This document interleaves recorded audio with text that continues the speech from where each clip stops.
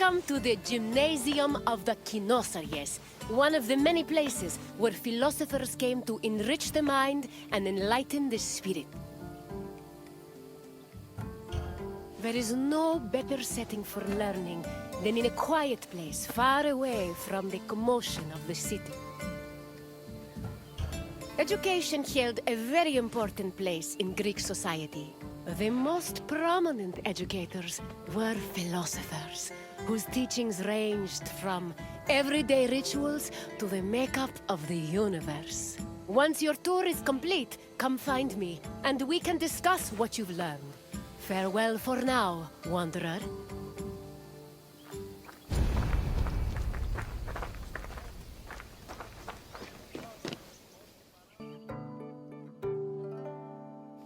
Philosophy comes from the Greek word philosophia, or love of wisdom.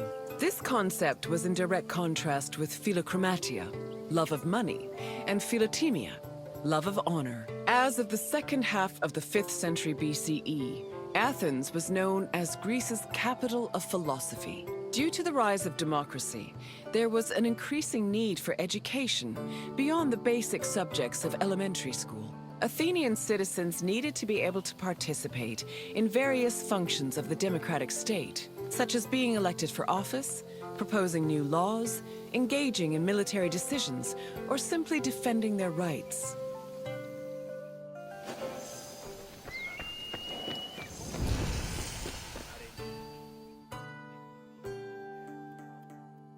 Originally, Athens had no official school buildings for higher education. Sophists and philosophers taught either in private homes or in public spaces like the theater.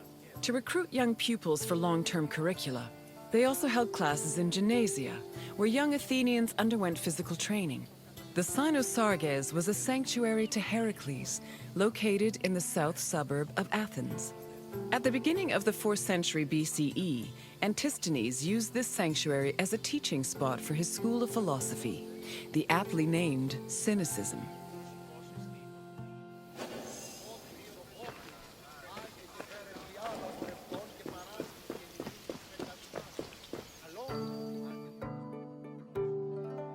Any free citizen was allowed to involve themselves in the Athenian democratic process.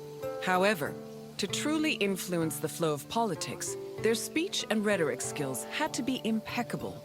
As a result, many sophists taught subjects like logic, reason, and eloquence. These were meant to help students achieve arete, or excellence. But this specific concept of excellence was often challenged, especially by other philosophers. For example, Plato, Socrates, and Isocrates preferred a more moral approach and argued that rhetoric should be used as a means to serve the greater good. Socrates and Plato went even further, declaring that philosophy and wisdom were not only useful tools, but also ethical virtues.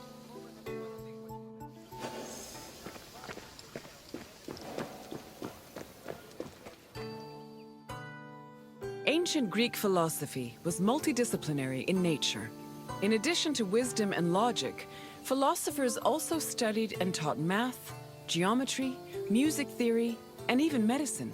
For example, the philosopher Prodicus wrote a treatise called On Human Nature, where he outlined various explanations on human physiology.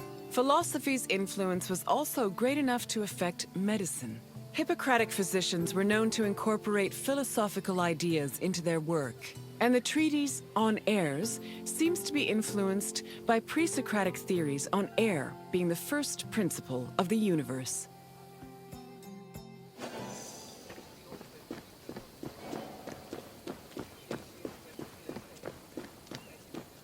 The famed philosopher Socrates had an ambiguous relationship with sophists. In Plato's dialogues, Socrates is portrayed as being in constant opposition with the famous sophists of his time. Aristophanes' comedy, The Clouds, meanwhile, depicts Socrates as a sophist himself, constantly demanding payment for his teachings.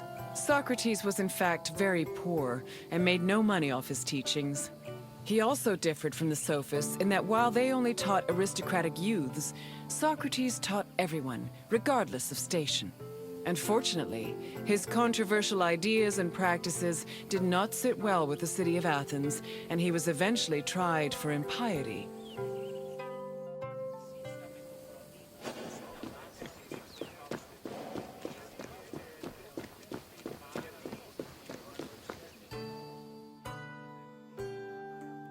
Philosophy was not only a collection of ideas, but a way of life. According to philosopher Pierre Hadot, his ancient counterparts had a daily regime of spiritual exercises to combat their passions, doubts, and illusory beliefs. These exercises included meditation on death, contemplation of nature, or speaking with a friend or mentor. Philosophers also followed specific dress codes and diets. They were also part of a community of masters and students. These communities were created and strengthened in schools. Plato founded such a school in the early 4th century BCE, when he purchased a property in a grove just outside of Athens. The school was designed to groom students into philosopher citizens who could eventually rule the city in a measured and fair manner. It followed its own rules and was open to both male and female disciples.